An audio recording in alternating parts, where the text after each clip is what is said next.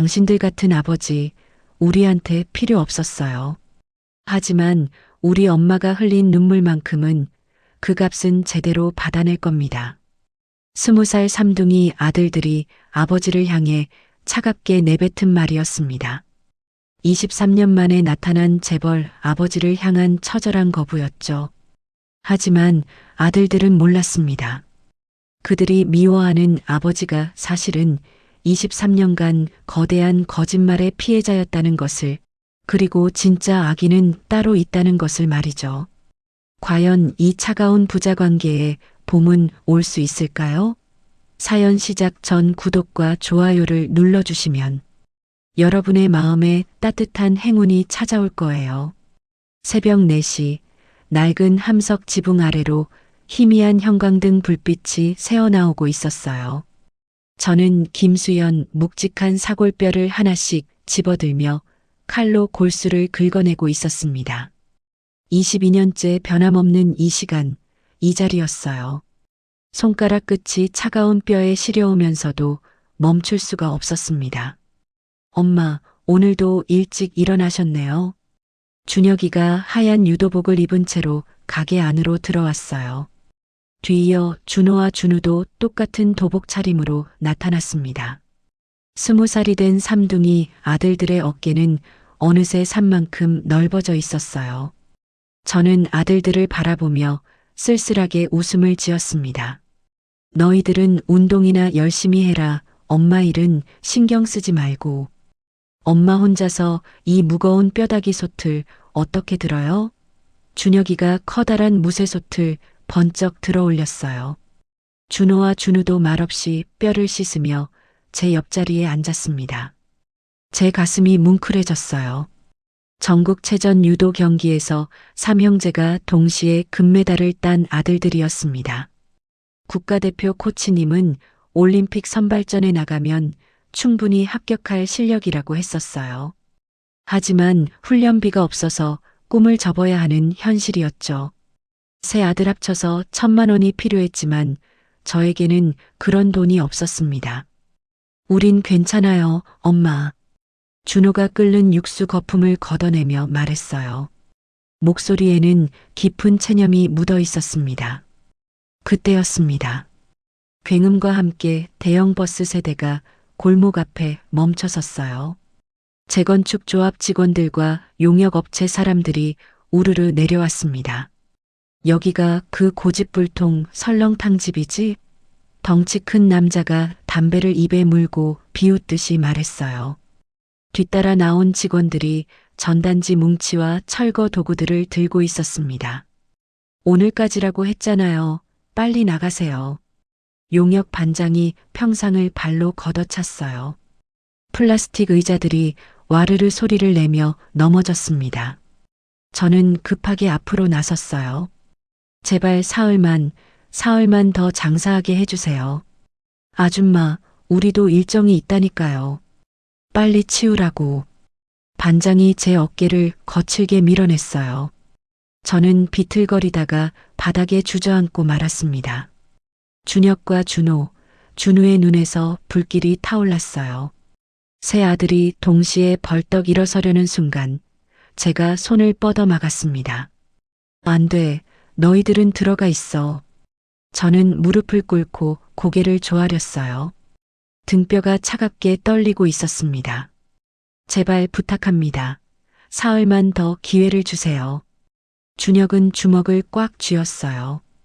검은 띠를 단단히 조여매며 분노를 억눌렀습니다. 준호와 준우도 입술을 깨물며 고개를 돌렸어요. 용역 직원들이 평상을 부수기 시작했습니다. 쇠파이프가 나무를 때리는 소리가 좁은 골목에 메아리 쳤어요. 그때 낡은 TV에서 아침 뉴스가 나왔습니다. 대한건설 강민재 회장이 이번 재건축 사업 총괄 책임자로 나선다는 내용이었어요. 화면 속 민재의 얼굴이 클로즈업 되었습니다. 고급 양복을 단정하게 차려입은 중년 남성이었어요. 차갑고 냉정한 미소를 지으며 기자들의 질문에 답하고 있었습니다. 저는 TV를 바라보며 온몸이 얼어붙었어요.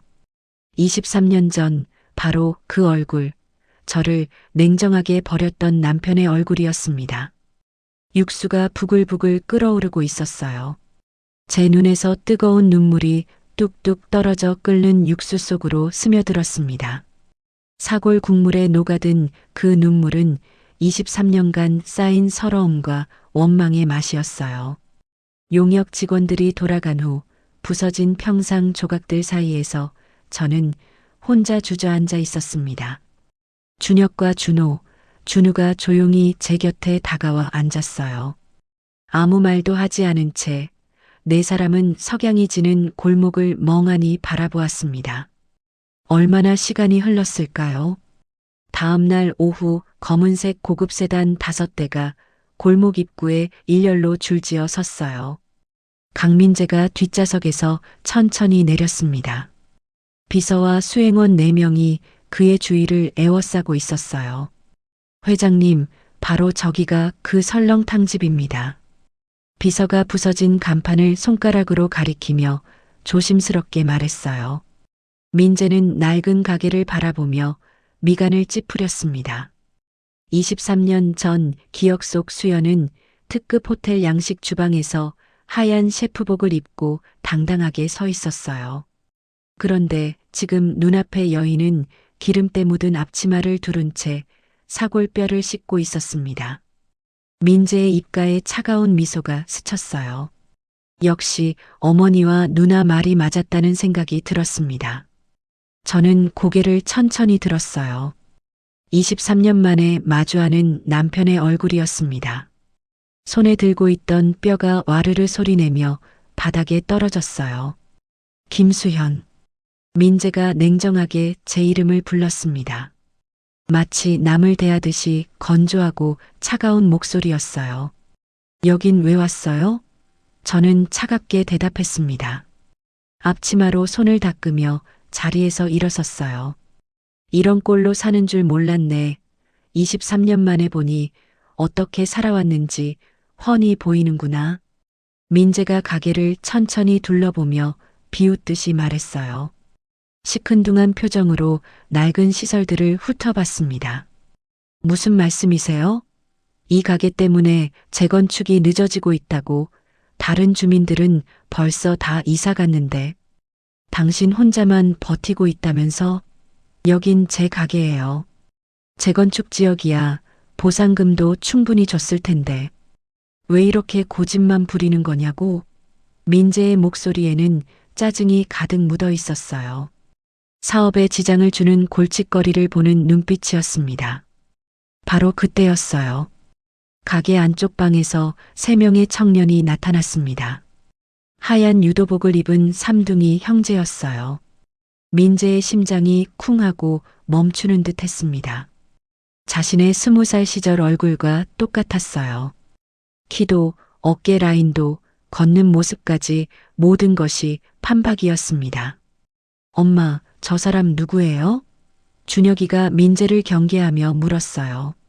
준호와 준우는 말없이 제 앞으로 쭉 나섰습니다. 민재는 말을 잃었어요. 23년 전 어머니와 누나는 분명히 말했었습니다. 수연이가 아이를 지우고 다른 남자와 도망갔다고 말이에요. 아니, 이 아이들은 누구야? 민재가 떨리는 목소리로 물었습니다. 시선을 삼형제에게서 단 한순간도 떼지 못했어요. 당신과는 아무 상관없는 제 생명 같은 소중한 아들들이에요. 저는 새 아들을 뒤로 감싸며 단호하게 말했습니다. 목소리에 날카로운 도끼가 서려 있었어요.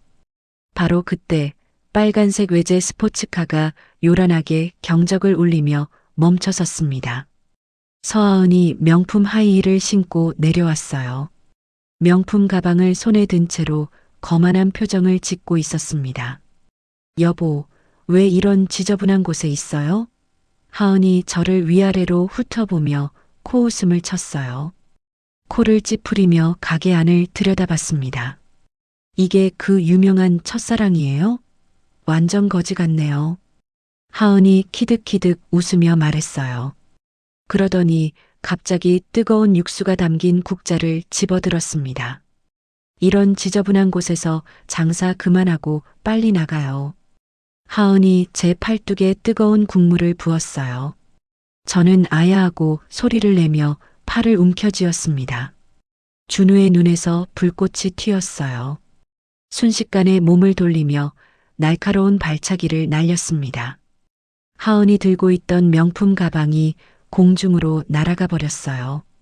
우리 엄마한테 손 떼면 다음엔 가방이 아니라 당신 얼굴이 날아갈 거예요. 준우가 차갑게 경고했습니다. 유도로 단련된 몸에서 무시무시한 살기가 뿜어져 나왔어요. 하은은 바닥에 나뒹구는 가방을 보며 입을 떡 벌렸습니다. 이게 뭐예요? 민재는 충격에 빠져 아들들을 멍하니 바라봤어요. 자신과 똑같은 얼굴, 자신과 똑같은 성격이었습니다. 준혁이 앞으로 성큼 나섰어요. 당장 나가세요. 여긴 우리 엄마 가게예요. 목소리는 조용했지만 무겁고 단호했습니다. 저는 화들짝 놀라며 아들들을 급하게 말렸어요. 준혁아, 준우야, 준우야 안 돼.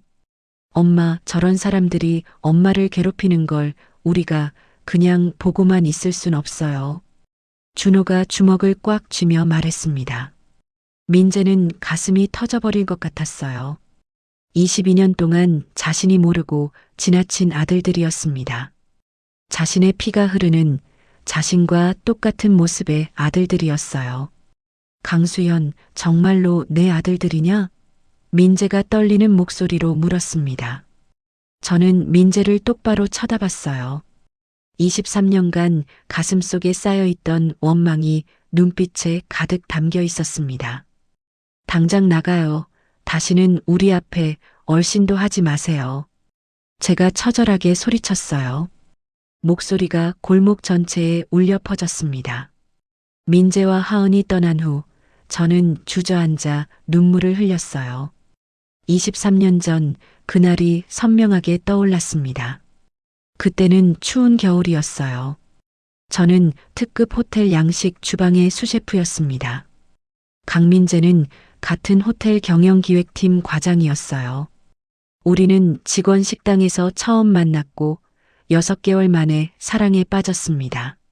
민재는 매일 퇴근 후에 주방 뒷문에서 저를 기다렸어요. 수연아, 오늘 메뉴는 뭐였어? 항상 밝게 웃으며 물었습니다. 우리는 작은 원룸에서 소박하지만 행복한 결혼 생활을 시작했어요. 1년 후 저는 임신 사실을 알게 되었습니다. 그것도 삼둥이였어요. 민재는 너무 기뻐하며 저를 안아주었습니다. 우리 아이들한테 최고의 아빠가 될게. 민재가 제 배를 쓰다듬으며 약속했어요. 하지만 행복은 오래가지 않았습니다. 어느 날 민재의 어머니와 누나가 저를 찾아왔어요. 고급 승용차에서 내린 두 사람은 제가 일하는 주방까지 찾아왔습니다. 김수연 씨? 시어머니가 저를 위아래로 훑어보며 차갑게 물었어요. 누나도 옆에서 코웃음을 치고 있었습니다. 잠깐 나와보세요. 할 얘기가 있어요. 저는 앞치마를 벗고 그들을 따라 나갔습니다. 호텔 뒷골목에서 시어머니가 하얀 봉투를 꺼냈어요. 민재가 재벌가 딸과 약혼했어요. 당신 같은 사람이 끼어들 자리는 없다고요. 그럴 리 없어요. 민재 씨가 그럴 리가 없어요. 저는 임신한 배를 감싸며 고개를 저었습니다. 증거가 여기다 있잖아요. 누나가 서류 뭉치를 던졌어요. 민재의 서명이 적힌 혼인 신고서와 약혼 계약서였습니다. 그리고 상대 여자는 대한그룹 회장 외동딸이었어요. 믿기지 않으시면 민재한테 직접 물어보세요. 시어머니가 비웃으며 말했습니다. 그래서 이 돈으로 애들 지우고 당장 사라지세요. 더러운 씨앗들. 누나가 돈뭉치를 제 발밑에 던졌어요. 저는 무릎이 꺾였습니다. 바닥에 주저앉아 눈물만 흘렸어요. 제발 한 번만 민재 씨를 만나게 해주세요. 만날 필요 없어요. 민재는 이미 약혼녀랑 유럽으로 출장 갔어요. 시어머니가 차갑게 말하며 돌아섰습니다. 저는 그날 밤 민재에게 수십 통의 전화를 걸었어요. 하지만 모두 꺼져 있었습니다. 다음 날 호텔에 출근했지만 민재는 보이지 않았어요. 일주일이 지나고 한 달이 지났습니다. 민재는 여전히 나타나지 않았어요. 그러던 어느 날 호텔 로비에서 민재를 봤습니다. 하지만 그는 낯선 여자와 팔짱을 끼고 걷고 있었어요. 민재 씨, 제가 큰 소리로 불렀습니다. 민재는 저를 보더니 차갑게 고개를 돌렸어요. 마치 모르는 사람처럼 지나쳐 갔습니다. 그 순간 저는 모든 것을 이해했어요. 시어머니와 누나의 말이 진짜였구나. 민재가 정말로 저를 버렸구나. 그날 저는 호텔을 그만뒀습니다. 작은 원룸도 비우고 아무도 모르는 곳으로 떠났어요. 뱃속의 아이들을 지키기 위해서였습니다. 낡은 고시원에서 임신 9개월을 보냈어요. 그리고 작은 병원에서 혼자 삼둥이를 낳았습니다. 준혁, 준호, 준우. 새 아들의 얼굴을 보는 순간 저는 살아야겠다고 다짐했어요. 이 아이들만큼은 절대 포기할 수 없었습니다. 저는 남은 돈으로 이 낡은 설렁탕 집을 인수했어요. 새벽 4시에 일어나 뼈를 손질하고 밤 12시에 문을 닫았습니다. 아이들이 자는 시간에만 눈물을 흘렸어요. 23년이 그렇게 흘러갔습니다. 며칠 후 저는 큰 병원 진료실에 앉아 있었습니다. 의사 선생님이 CT 사진을 보며 심각한 표정을 지었어요. 김수연 씨, 췌장에 종양이 있습니다. 정밀 검사가 필요해요. 제 머릿속이 하얗게 변했습니다. 치료비는 얼마나 드나요? 수술과 항암 치료 비용 합쳐서 최소 8천만 원 정도 예상됩니다. 의사의 말에 저는 입술을 깨물었어요. 8천만 원, 제게는 상상도 할 수 없는 금액이었습니다. 가게 매출로는 한 달에 겨우 200만 원 남는 정도였으니까요. 일단 정밀 검사부터 받으세요. 다음 주에 다시 오세요. 저는 고개를 끄덕이며 병원을 나왔습니다. 집으로 돌아오는 길, 제 머릿속은 복잡했어요. 아이들한테 이 사실을 어떻게 말해야 할까요? 준혁, 준호, 준우는 올림픽 선발전을 앞두고 있었습니다. 훈련비도 마련하지 못해서 미안한데 치료비까지 걱정시킬 수는 없었어요. 그날 밤 저는 아이들 몰래 가게 장부를 펼쳐봤습니다. 통장 잔고는 300만 원, 그것도 다음 달 집세와 재료비였어요. 눈물이 주르륵 흘러내렸습니다.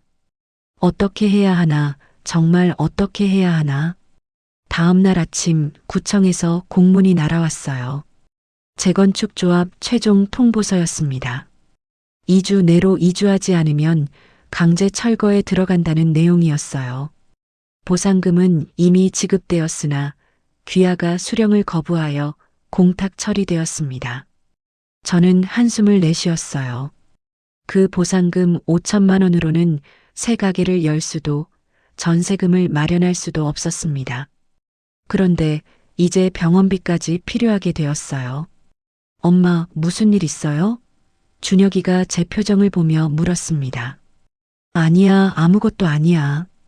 저는 얼른 공문을 숨기며 웃어 보였어요. 하지만 아들들은 눈치를 챘나 봅니다. 엄마, 우리 훈련비 걱정하지 마세요. 준호가 조용히 말했어요. 우리 셋이 알바해서 벌 수 있어요. 아니야, 너희는 운동만 해. 제가 급하게 말했습니다.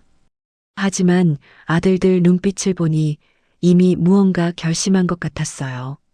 그날 오후 가게 앞에 고급 승용차 한 대가 멈춰 섰습니다. 민재가 혼자 내렸어요. 수행원도 없이 평범한 차림이었습니다. 수연아. 민재가 조심스럽게 제 이름을 불렀어요. 23년 만에 처음 듣는 부드러운 목소리였습니다. 뭐하러 왔어요? 저는 차갑게 대꾸했습니다. 뼈를 씻던 손을 멈추지 않았어요. 애들 얘기 좀 하자. 민재가 가게 안으로 들어서며 말했습니다. 할 얘기 없어요. 나가세요. 제발 5분만. 민재의 목소리에 간절함이 묻어 있었어요. 저는 한숨을 쉬며 손을 닦았습니다. 그리고 가게 밖 평상에 앉았어요. 민재도 조심스럽게 옆에 앉았습니다. 정말 내 아들들이 맞냐? 민재가 떨리는 목소리로 물었어요. 저는 대답하지 않았습니다. 그냥 멀리 하늘만 바라봤어요. 왜 연락하지 않았어? 왜 혼자 키웠어? 당신이 저를 버렸잖아요. 제가 차갑게 말했습니다. 나는 버린 적 없어. 도대체 무슨 소리야? 민재가 당황하며 말했어요. 저는 코웃음을 쳤습니다. 재벌 딸이랑 약혼하고 유럽 출장 가고 호텔 로비에서 저를 모르는 사람처럼 지나쳤잖아요. 그게 버린 게 아니면 뭐예요? 뭐, 나는 재벌 딸이랑 약혼한 적 없어. 민재가 눈을 크게 뜨며 말했습니다. 거짓말하지 마세요. 시어머니랑 시누이가 서류까지 보여줬어요. 서류? 무슨 서류? 민재가 고개를 갸웃거렸어요. 혼인신고서랑 약혼계약서요. 당신 서명이 다 있었어요. 제가 똑똑히 말했습니다. 민재의 얼굴이 하얗게 변했어요. 그게 무슨 말이야. 나는 그런 서류에 서명한 적이 없어. 그럼 호텔 로비에서 여자랑 팔짱 끼고 다닌 건 뭐예요? 저를 보고도 모른 척한 건요? 민재가 잠시 생각하더니 아하고 탄식했습니다. 그건 사촌 여동생이었어. 그날 여동생 결혼식 때문에 같이 있었던 거야. 너를 본 기억이 없어. 저는 민재를 똑바로 쳐다봤어요. 정말 모르고 있었던 거예요? 어머니와 누나가 뭘 했는지. 민재는 고개를 떨구었습니다. 어머니한테 직접 물어봐야겠어.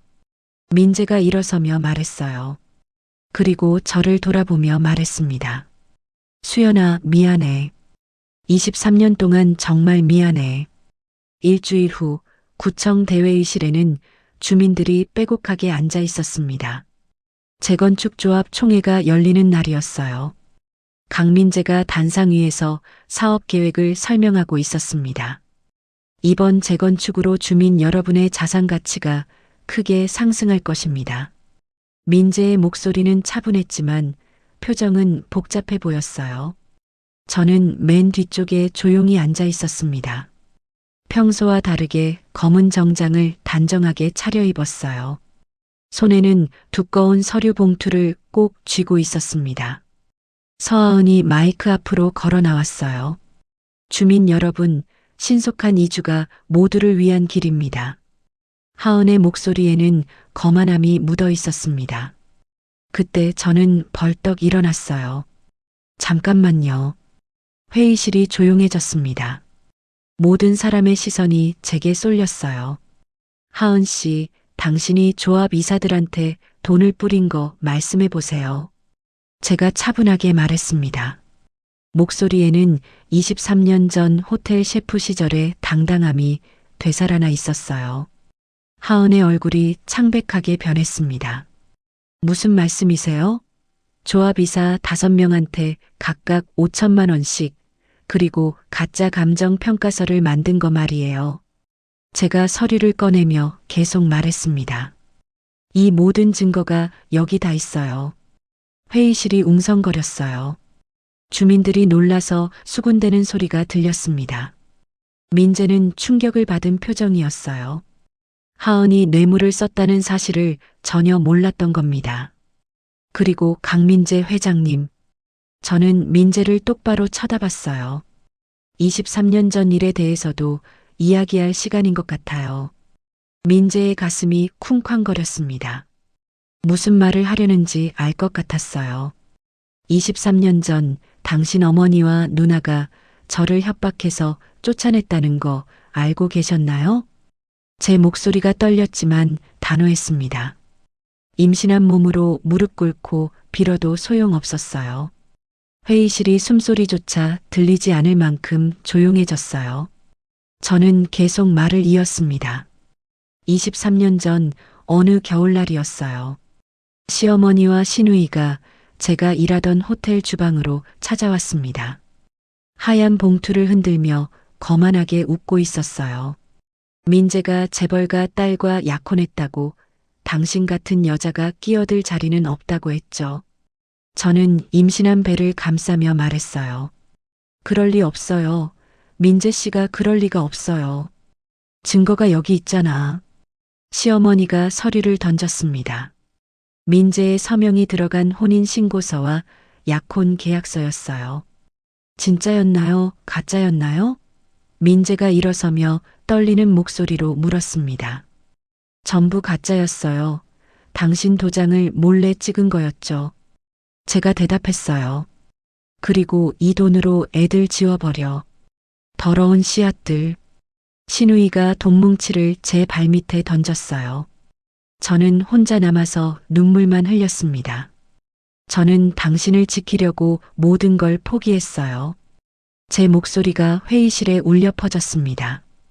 23년 동안 죄인처럼 숨어 살면서 혼자서 삼둥이를 키웠다고요. 민재의 얼굴이 새하얗게 변했어요. 어머니와 누나가 그런 협박을 했다는 사실에 충격을 받았습니다. 그럴 리가 없어. 민재가 떨리는 목소리로 중얼거렸어요. 바로 그때 준혁이 회의실 뒤쪽 문으로 들어왔습니다. 손에는 작은 USB 메모리를 들고 있었어요. 서하은 씨 뇌물수수 증거입니다. 준혁이 차갑게 말하며 USB를 단상 위로 던졌어요. 우린 아버지 같은 거 필요 없었어요. 하지만 우리 엄마가 흘린 눈물만큼은 그 값은 제대로 받아낼 겁니다. 민재는 혼란스러웠습니다. 어머니와 누나가 정말 그런 일을 저질렀을까요? 하은은 출입구 쪽으로 도망치려 했어요. 하지만 준호가 재빠르게 길을 막았습니다. 어디 가세요? 끝까지 들어보세요. 준호의 눈빛이 차갑게 빛났어요. 주민들이 하은을 향해 야유를 퍼부었습니다. 사기꾼, 돈에 눈이 먼 년. 저는 민재를 바라보며 말했어요. 이제 믿으시겠어요? 23년 동안 제가 어떻게 살았는지. 회의실 밖으로 경찰차 사이렌 소리가 들려왔습니다. 하은의 범죄 행각이 드러나는 순간이었어요. 저는 새 아들과 함께 회의실을 조용히 나섰습니다. 23년 만에 진실을 말한 뒤였지만 마음은 여전히 무거웠어요. 민재는 혼자 남아 단상 위에 서 있었습니다. 어머니한테 직접 따져봐야겠다는 결심을 굳혔어요. 그날 밤 민재는 어머니가 사는 대저택으로 향했습니다. 거실에 들어서자 어머니와 누나가 함께 앉아 차를 마시고 있었어요. 오빠 무슨 일이야? 누나가 태연하게 물었습니다. 민재는 두 사람 앞에 우뚝 섰어요. 어머니, 누나. 민재가 떨리는 목소리로 불렀습니다. 왜 그러니, 민재야? 어머니가 차잔을 내려놓으며 말했어요. 23년 전에 수연이한테 무슨 짓을 하신 겁니까? 민재가 어머니 앞에 무릎을 꿇으며 소리쳤습니다. 정말로 협박해서 쫓아낸 거예요? 어머니는 잠시 망설였어요. 아들의 절박한 눈빛을 보며 한숨을 내쉬었습니다. 그래, 내가 했다. 어머니가 태연하게 인정했어요. 그 여자를 쫓아낸 것도 가짜 서류를 만든 것도 전부 나야. 민재의 온몸이 얼음처럼 굳어버렸습니다. 서류도 가짜였다는 말씀이세요? 당연히 가짜지. 너를 위해서 한 일인데 뭐가 잘못됐다는 거냐? 어머니가 비웃으며 일어났어요. 그 여자가 우리 집안에 어울린다고 생각해? 호텔 주방에서 일하는 요리사가? 민재는 그 자리에 주저앉았습니다. 23년 동안 품고 살았던 분노와 원망이 모두 거짓이었던 거예요. 어머니가 제 인생을 망쳐놓으셨어요. 민재의 눈에서 눈물이 쏟아졌습니다. 말도 안 돼. 내 아이들을, 수연을. 나는 너를 위해서 한 거야. 너를 위해서. 어머니가 큰 소리로 외쳤어요. 하지만 민재는 고개를 저었습니다. 누나, 당신도 공범이었군요. 민재가 누나를 쳐다봤어요. 미안해, 오빠. 누나가 고개를 떨구며 말했습니다. 하지만 그때는 정말 오빠를 위한다고 생각했어. 어머니, 누나. 민재가 일어서며 차갑게 말했습니다. 이제 저와는 남입니다. 다시는 제 앞에 나타나지 마세요. 민재는 집을 박차고 나왔어요. 자신이 저지른 죄의 무게가 어깨를 짓누르고 있었습니다. 민재는 곧장 설렁탕 집으로 향했어요. 새벽 2시 골목은 고요했고 가로등만이 희미하게 빛나고 있었습니다. 민재가 가게 평상 앞에 무릎을 꿇고 앉았어요. 차가운 시멘트 바닥에 이마를 대고 조용히 기다렸습니다. 1시간이 지나고 2시간이 지났어요. 밤하늘에서 차가운 비가 내리기 시작했지만 민재는 일어날 생각이 없었습니다. 새벽 4시 저는 가게 문을 열고 나왔어요. 빗속에서 무릎 꿇고 있는 민재의 모습을 보고 깜짝 놀랐습니다. 뭐 하는 거예요? 저는 차가운 목소리로 물었어요. 용서해줘, 수연아. 민재가 고개를 들지 못한 채 말했습니다. 온몸이 비에 흠뻑 젖어 있었어요. 어머니한테 전부 들었어. 모든 게 어머니랑 누나가 꾸민 일이었다고. 민재의 목소리가 떨렸습니다. 23년 동안 너를 원망하며 살았는데 진짜 나쁜 건 내가 아니라 어머니와 누나였어. 저는 가슴이 답답해졌어요. 하지만 표정을 바꾸지 않았습니다. 지금 와서 용서를 구한다고 23년이 돌아오나요?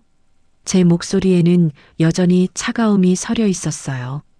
내가 혼자 얼마나 힘들었는지 알아요? 그때 새 아들이 집에서 나왔습니다. 아버지가 빗속에서 무릎 꿇고 있는 모습을 봤어요. 준혁이 우산을 들고 밖으로 나왔습니다. 하지만 아버지 위에 우산을 씌워주지는 않았어요. 22년 동안 엄마가 육수 끓여서 우리 밥 먹이고 학비 내고 도복 살 때 당신은 어디 있었어요? 준혁이 차갑게 말했습니다. 목소리에는 억눌려 있던 분노가 담겨 있었어요. 엄마가 혼자 용역들한테 당할 때, 엄마가 혼자 밤새 일할 때, 당신은 뭐 했어요? 준호가 주먹을 꽉 쥐며 덧붙였습니다. 따뜻한 집에서 편하게 잠이나 자고 있었겠죠. 준우도 차갑게 한마디 했어요. 민재는 아무 말도 할 수 없었습니다. 아들들의 말이 모두 사실이었으니까요. 모르고 산 거라고 변명하지 마세요. 준혁이 아버지를 내려다보며 말했어요. 엄마를 찾으려고 노력했으면 찾을 수 있었을 거예요. 민재의 가슴이 찢어지는 것 같았습니다. 아들 말이 맞았어요. 나가세요. 우리는 당신 없이도 잘 살았어요. 준호가 아버지를 밀어내며 말했습니다. 이제 와서 가족 행세하지 마세요. 그때 골목 입구에서 굉음이 들렸어요. 대형 포클레인을 실은 트럭들이 줄지어 들어오고 있었습니다. 오늘 밤에 다 끝내자고. 용역 반장이 삽을 들고 외쳤어요. 포클레인이 요란한 소리를 내며 가게 쪽으로 천천히 다가왔습니다. 서하은이 감옥에 들어갔어도 계약은 유효하다고. 반장이 큰 소리로 외쳤어요. 어차피 철거될 건물이니까 오늘 밤에 정리하자고. 저는 앞으로 나섰습니다. 안 돼요. 아직 보상 협상도 끝나지 않았어요. 시끄러워, 비켜. 용역 직원이 저를 거칠게 밀쳐냈어요. 저는 비에 젖은 바닥에 넘어졌습니다. 준혁과 준우가 도복을 입고 지붕 위로 올라갔어요. 새 아들이 온몸으로 포클레인 앞을 막아섰습니다. 여기서 물러나세요. 준혁이 큰 소리로 외쳤어요. 하지만 포클레인 기사는 시동을 끄지 않았습니다. 위험해, 빨리 내려와. 저는 다급하게 소리쳤어요. 비켜, 다칠라고. 반장이 소리쳤지만 아들들은 꿈쩍하지 않았습니다. 준혁이 팔을 벌려 동생들을 감쌌어요. 포클레인이 다시 시동을 걸고 천천히 앞으로 나아갔습니다. 거대한 기계가 20살 청년들을 향해 돌진하고 있었어요. 그 순간 민재가 자신의 세단을 몰고 나타났습니다. 아들들과 포클레인 사이에 차를 들이받았어요. 꽝! 엄청난 충돌음과 함께 차가 옆으로 뒤집어졌습니다. 포클레인도 옆으로 크게 기울며 멈춰섰어요. 아빠! 준혁과 준우가 동시에 소리쳤습니다. 지붕에서 뛰어내려 뒤집힌 차로 달려갔어요. 민재는 차 안에서 피를 흘리고 있었습니다. 머리와 팔, 다리에서 피가 계속 흘러나왔어요. 아빠, 정신 차려요. 준혁이 차문을 억지로 열며 외쳤습니다. 준호와 준우도 아버지를 끌어내려고 애썼어요. 민재가 희미하게 눈을 뜨고 아들들을 바라봤습니다. 무사해서 정말 다행이다. 그 말을 남기고 민재는 의식을 잃었어요. 저는 달려가 민재의 상처를 확인했습니다. 23년간 쌓였던 원망이 한순간에 사라지고 있었어요. 구급차 불러요. 제가 다급하게 외쳤습니다. 떨리는 손으로 민재의 맥박을 확인했어요. 준혁과 준우는 처음으로 깨달았습니다. 아버지가 자신들을 지켜준 거예요. 목숨을 걸고 자신들을 구해준 아버지였습니다. 아빠. 세 아들의 목소리가 떨렸어요. 눈에서 뜨거운 눈물이 주르륵 흘러내렸습니다. 제발 깨어나세요. 준우가 아버지의 손을 잡고 울부짖었어요. 저도 눈물을 참을 수 없었습니다. 민재야, 정신 차려. 제가 민재의 뺨을 가볍게 두드리며 말했어요. 구급차 사이렌 소리가 점점 가까워지고 있었습니다. 23년 만에 가족이 진짜로 만나는 순간이었어요. 빗속에서 5사람은 처음으로 한마음이 되어 있었습니다. 민재가 실려가는 구급차를 따라 저희도 병원으로 향했어요. 응급실 앞에서 저와 세 아들은 초조하게 기다렸습니다. 수술 중이라는 빨간 불빛이 꺼지지 않았어요. 엄마, 아빠 괜찮을까요? 준호가 떨리는 목소리로 물었습니다. 괜찮을 거야. 아빠는 강한 사람이야. 제가 아들의 어깨를 감싸며 말했어요. 하지만 제 목소리도 떨리고 있었습니다. 3시간 후 수술실 문이 열렸어요. 의사 선생님이 마스크를 벗으며 나왔습니다. 다행히 생명에는 지장이 없습니다. 다만 회복까지는 시간이 좀 걸릴 거예요. 저희는 안도의 한숨을 내쉬었어요. 민재를 면회할 수 있게 되자 저희 넷은 조용히 병실로 들어갔습니다. 하얗게 붕대를 감은 민재가 침대에 누워 있었어요. 죄송합니다, 아빠. 준혁이 먼저 고개를 숙이며 말했습니다. 저희가 너무 차갑게 대했어요. 준호와 준우도 고개를 숙였어요. 3달 후 골목은 완전히 새로운 모습으로 변해 있었습니다. 김수연의 진심설렁탕이라는 새 간판이 환하게 빛나고 있었어요. 재건축은 중단되었고 이곳은 서울의 새로운 맛집 거리로 탈바꿈했습니다. 민재는 가게 앞에서 손님들을 맞이하고 있었어요. 회장 자리에서 완전히 물러나 아들들의 뒷바라지에만 전념하고 있었습니다. 어서 오세요. 주차는 저쪽에 하시면 됩니다. 민재가 손님들에게 90도로 허리를 숙이며 말했어요. 한때 재벌 기업 회장이었던 그의 모습은 온데간데 없었습니다. 가게 안에서는 제가 설렁탕을 끓이고 있었어요. 23년 전 호텔 셰프 시절의 실력이 되살아나 손님들이 줄을 서서 기다렸습니다. 수연 씨, 이 맛이 정말 예술이에요. 단골 손님이 엄지를 치켜세우며 말했어요. 저는 수줍게 미소 지으며 고개를 숙였습니다. 감사합니다. 또 오세요. 오후 3시 TV 중계차들이 골목으로 몰려들었어요. 유도 국가대표 선발전 결과 발표가 있는 날이었습니다. 기자가 마이크를 들고 말했어요.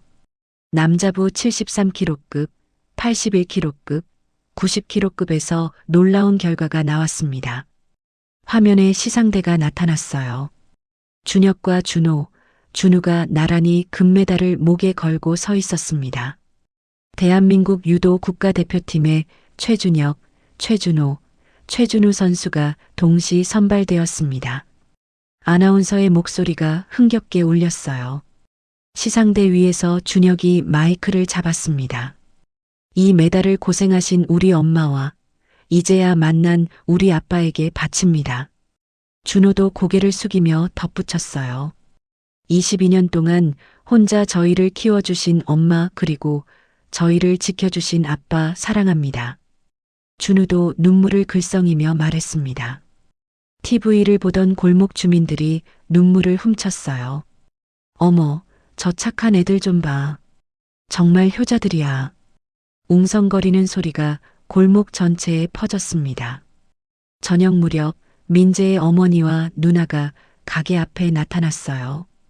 23년 전과는 완전히 다른 초라한 차림이었습니다. 아들에게 절연당한 후 혼자 쓸쓸한 날들을 보내고 있었어요. 어머니와 누나가 무릎을 꿇고 제 앞에 머리를 조아렸습니다. 며느리야, 정말 미안하다. 어머니의 목소리가 떨리고 있었어요. 23년 전에 거만함은 온데간데 없었습니다. 저는 잠시 망설였어요. 그러다 조용히 설렁탕 한 그릇을 어머니 앞에 내놓았습니다. 드세요. 미움도 사랑도 다 국물에 녹였어요. 제 목소리에는 진정한 용서가 담겨 있었어요. 어머니가 젓가락을 들며 눈물을 뚝뚝 떨어뜨렸습니다. 고맙다, 정말 고맙다. 어머니가 국물을 후루룩 마시며 중얼거렸어요. 23년 만에 처음 맛보는 며느리의 진심이었습니다. 누나도 옆에서 조용히 울고 있었어요. 해가 지면서 석양이 골목을 황금빛으로 물들였습니다. 가게 평상에 5 식구가 둘러앉아 있었어요. 아빠, 이제 정말 우리 가족인 거죠? 준혁이 설렁탕을 먹으며 물었습니다. 민재가 아들의 머리를 쓰다듬었어요.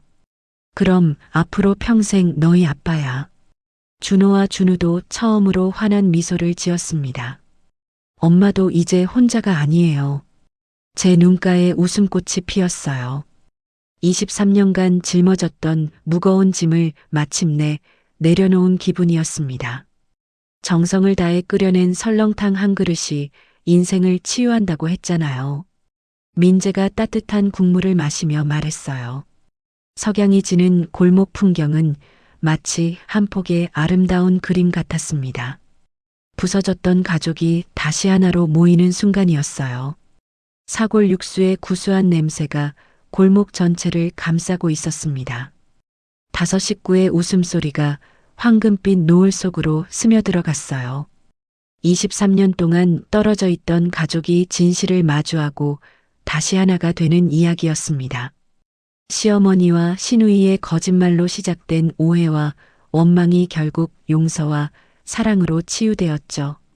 김수연의 설렁탕 한 그릇에 담긴 것은 단순한 음식이 아니라 가족에 대한 변함없는 사랑이었습니다. 오늘 사연 어떠셨나요?